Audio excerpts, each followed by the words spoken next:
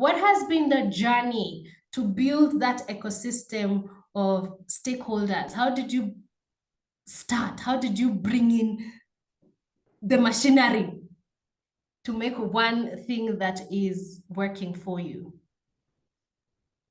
Thank you very much, Madam Lucy, and thank you very much to all the participants for joining us today. So at Little Innovator School, it's part of Innovators EdTech Hub, which is an umbrella body aimed at empowering children, youth, and adults to be ready for emerging careers and a tech-ruled future. So Little Innovator School in particular started out in 2014, and I'm really amazed by what the other panelists are doing, because a lot of the things they've said are part of what also propelled us to start Little Innovator School. So for example, I had made an observation about unemployment among the youth and particularly graduates. At that time, I was working for a middle-level college, and I used to mentor high school students. So a lot of them would come to the college requesting either for job opportunities or to be given recommendation letters or even to be linked to employers. So it dawned on me how deep the unemployment problem is. And that led me to start Little Innovator School, whose first vision in 2014 was to nurture innovators, to nurture entrepreneurs and leaders among children. And we were aiming at doing this right from preschool level. And why we were doing that is because I had had some very inspiring stories from countries like Germany, where I was attending a course in entrepreneurship, and the lecturer was telling us that they start teaching entrepreneurial skills right from preschool. And I really felt challenged by that. So we started out with that initial vision of creating that entrepreneurial mindset. Because the fact is, our children in Kenya are very brilliant. Somebody graduates with a first-class honors. I think all of us saw that viral video that was going around of this first-class honors student who was jobless and doing manual work. And that's just one story among very many of youth who have really performed well academically, but for some reason, they do not have that I don't want to call it a talent. They do not have that acumen to be able to look at an opportunity, seize it, and commercialize it.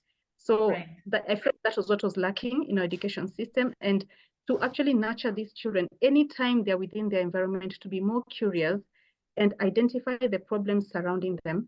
But now we topped it up by saying, what if these children now learn how to solve these problems within the environment using emerging technologies? So that's when now in 2018, we started training children on robotics, artificial intelligence, mobile app development, virtual reality.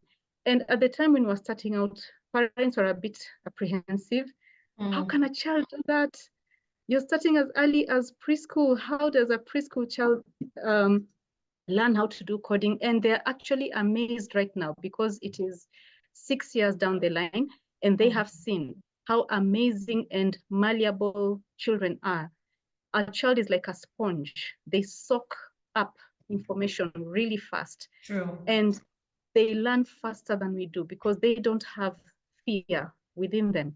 So we have witnessed very young children within the school coming up with very amazing projects through the guidance of their teachers.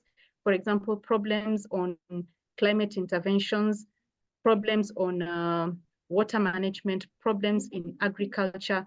And this is actually something that parents have found amazing, and that it has been able to allay their fears that they had in children being able to take up emerging technologies. So that's as far as children are concerned. But still under Innovators EdTech Hub, we feel is a very key part of the population who are the youth, who really need to be ready immediately for what is happening in the job market.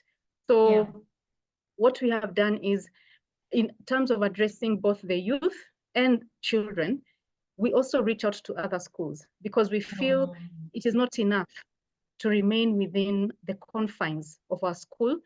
All children are going to face this tech-ruled future. all children deserve to be prepared for that tech-rich future.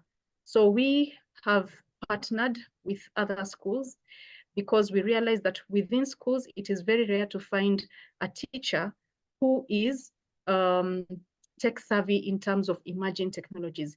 It's very rare to find a teacher who can teach robotics, or a TSC registered teacher who can be able to teach virtual reality and the like. So now what we are doing is going to schools to support them to fill up that skills gap and enable them to prepare their learners the right way, so that as they come out of the education system, they are coming out with tech skills to be able to solve problems in the society. So that's for the youth. Then now for the adults, we are focusing a lot on entrepreneurs because competition becomes stiffer with the advancement of technology, because many organizations are trying to improve customer experiences. They're trying to improve customer service. They're trying to improve efficiency within their logistics. They're trying to improve efficiency within their supply chain using technologies like artificial intelligence and many others. And leave alone that, even if you just look at Kenya, in Kenya, we have a 3D printed house. Actually, not a house, an estate. We do. Yes. Yeah. We have an entire estate in Kilifi, Mvule Gardens. Anybody going to Kilifi, please look out for Mvule Gardens. Mvule Gardens is purely 3D printed. And that tells you how much technology has penetrated even into the industries. And this in particular is construction industry. But 3D printing is not just in construction. People are printing objects in their homes. And that tells manufacturers that it's only a matter of time for them to start adapting 3D printing in their technologies, because the customer is becoming more discerning. They want unique pieces which they cannot find in the market. So what does somebody do? They Google a beautiful vase they have imagined, or they even build it from scratch and they print it on their 3D printer. Kenyans have printers in their homes, 3D printers in their homes, ordinary Kenyans. So basically what you're saying is these entrepreneurs need to be brought up to speed as far as artificial intelligence or AI is concerned. And for this, we do trainings every Thursday evening where we equip them with different tech skills across different aspects of business, be it marketing, be it operations, be it logistics, be it supply chain management, you name it. But we try and open up their eyes in terms of how they can take advantage of these technologies to be able to grow their businesses. And in terms of the ecosystem that you're trying to create, is we are trying to look at how we can work with people who are willing to support the very vulnerable, the less fortunate within the community. Because as we say all these, as much as we're going to conduct camps or boot camps or training workshops, there's that child or that youth whose family is struggling to put one square meal a day on the table. So this parent will not think about training their child in robotics. They're looking at the basic essentials of life, being able to provide a meal for their family. And for this reason, we try to look out to foundations. We try to look out to philanthropists. We also try to look out to people who are basically out to empower the community to support us so that we can be able to go to these slums.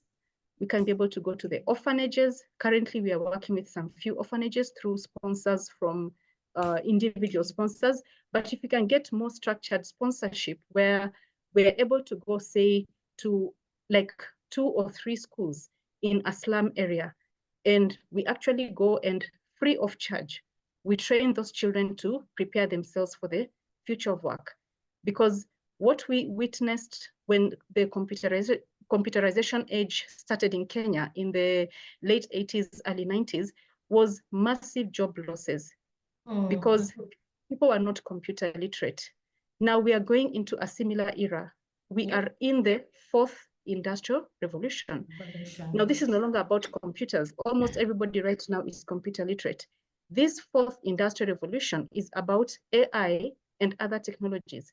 So if we are not careful, God forbid, we are going to create a huge digital skills gap. And the only way to avoid that, and also to avoid increasing poverty levels, is to empower those children and youth in the rural areas, in the slum areas, so that they too can be able to participate in an emerging economy.